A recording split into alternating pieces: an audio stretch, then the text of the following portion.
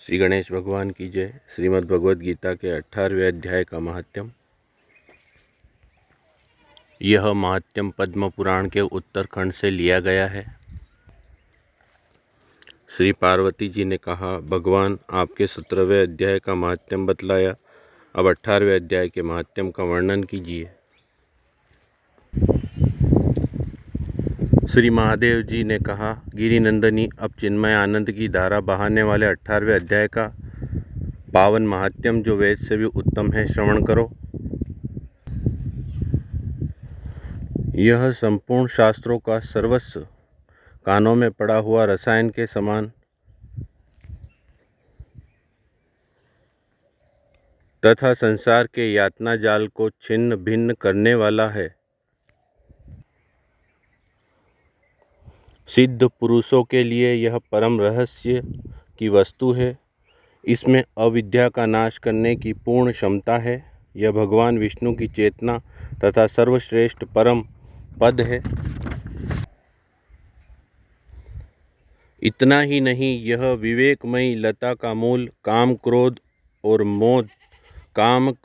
और मद को नष्ट करने वाला, इंद्र आदि देवताओं के चित्त का विश्राम मंदिर तथा सनक सनंदन आदि महायोगियों का मनोरंजन करने वाला है। इसके पाठ मात्र से यमदूतों की गर्जना बंद हो जाती है। पार्वती, इससे बढ़कर कोई ऐसा रहस्यमय उपदेश नहीं है जो संतप्त मानव के त्रिविध ताप को हरने वाला और बड़े बड़े पातकों का नाश करने वाला हो। 18वें अध्याय का लोकोत्तर महात्म्य है। इसके संबंध में जो पवित्र उपाख्यान है, उसे भक्तिपूर्वक सुनो। उसके श्रवण मात्र से जीव समस्त पापों से मुक्त हो जाता है। मेरुगिरी के शिखर पर अमरावती नाम वाली एक रमणीय पुरी है। उसे पूर्व काल में विश्वकर्मा ने बनाया था।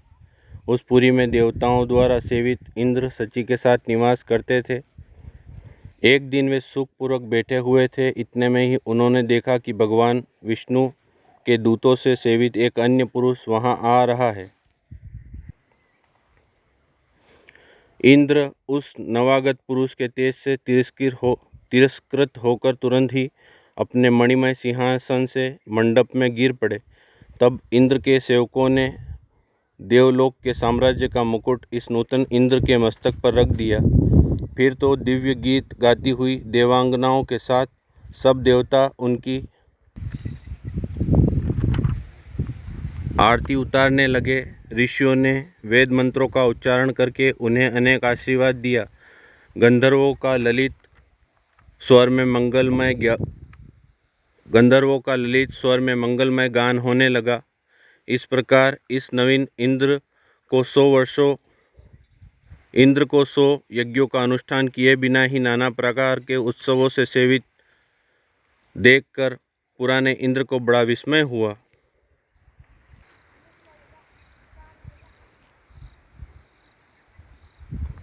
वे सोचने लगे, इसने तो मार्ग में न कभी भोंसले बनवाई है, न पोखरे खुदवाए हैं और न पथिकों को विश्राम देने वाले बड़े बड़े वृक्ष ही लगवाए हैं। अकाल पड़ने पर अन्नदान के द्वारा इसने प्राणियों का सत्कार भी नहीं किया। इसके द्वारा तीर्थ में सत्र और गांव में यज्ञ का अनुष्ठान भी नहीं हुआ। फिर इसने यहाँ भाग्य की दी हुई ये सारी वस्तुएं कैसे प्राप्त की है? इस चिंता से व्याकुल होकर इंद्र भगवान विष्णु से पूछने के लिए प्रेमपूर्वक क्षीर सागर के तट पर गए और वहाँ अकस्मात अपने साम्राज्य से भ्रष्ट होने का दुख निवेदन करते हुए बोले, लक्ष्मीकांत, मैंने पूर्व काल में आपकी प्रसन्नता के लिए 100 यज्ञों का अनुष्ठान किया था। उसी के पुण्य से मुझे इंद्रपद की प्राप्ति हुई थी, किंतु इस समय स्वर्ग में कोई दूसरा ही इंद्र अधिकार जमाए बैठा है। उसने तो न कभी धर्म का अनुष्ठान किया है और न यज्ञों का। फिर उसने मेरे दिव्य सिंहासन पर कैसे अधिकार जमाया है? श्री भगवान बोले, इंद्र वह गीता के 18वें अध्याय में से 5 श्लोकों का प्रतिदिन पाठ करता है। उसी के पुण्य से उसने तुम्हारे उत्तम साम्राज्य को प्राप्त कर लिया है। गीता के 18वें अध्याय का पाठ सब पुण्यों का शिरोमणि है। उसी का आश्रय लेकर तुम भी अपने पद पर स्थिर हो सकते हो। भगवान विष्णु के ये वचन सुनकर और उस उत्तम उपाय को जानकर इंद्र ब्राह्मण का वेश बनाए गोदावरी के तट पर गए। वहाँ उन्होंने कालिका ग्राम नामक उत्तम और पवित्र नगर देखा, जहाँ काल का भी मर्दन करने वाले भगवान कालेश्वर विराजमान हैं। जहाँ काल का भी मर्दन करने वाले भगवान कालेश्वर विराजमान हैं, वही गोदावरी तट पर एक परम धर्मात्मा ब्राह्मण बैठे थे, जो बड़े ही दयालु और वेदों के पारंगत विद्वान थे। वे अपने मन को वश में करके प्रतिदिन गीता के 18वें अध्याय का स्वाध्याय किया करते थे। उन्हें देखकर इंद्र ने बड़ी प्रसन्नता के साथ उनके दोनों चरणों में मस्तक झुकाया और उन्हीं से 18वें अध्याय को पढ़ा। फिर उसी के पुण्य से उन्होंने विष्णु का सायुज्य प्राप्त कर लिया। इंद्र आदि देवताओं का पद बहुत ही छोटा है, यह जानकर वे परम हर्ष के साथ उत्तम वैकुंठ धाम को गए। अतः यह अध्याय मुनियों के लिए श्रेष्ठ परम तत्व है। पार्वती 18वें अध्याय के इस दिव्य महात्म्य का वर्णन समाप्त हुआ।